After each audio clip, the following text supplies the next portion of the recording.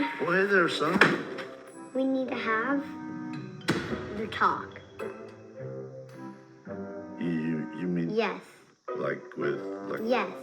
Are you thinking about it? Yes. The birds and the bees. Son?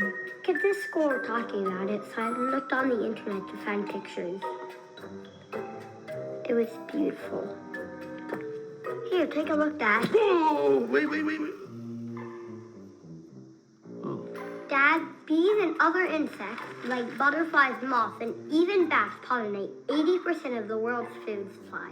Of course. You do know what pollinate means, right? Yeah, pollen.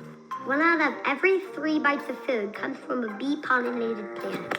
And a third of all honeybee colonies in the U.S. have vanished. Can I have my apple back? Father, you don't understand, do you? Bees are important. The colonies are dying. Plants will die. Stop using pesticides. Buy organic. Do it now.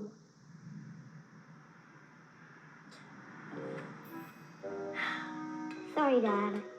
You see, it's not just the bees. You have to save the birds and the butterflies, too.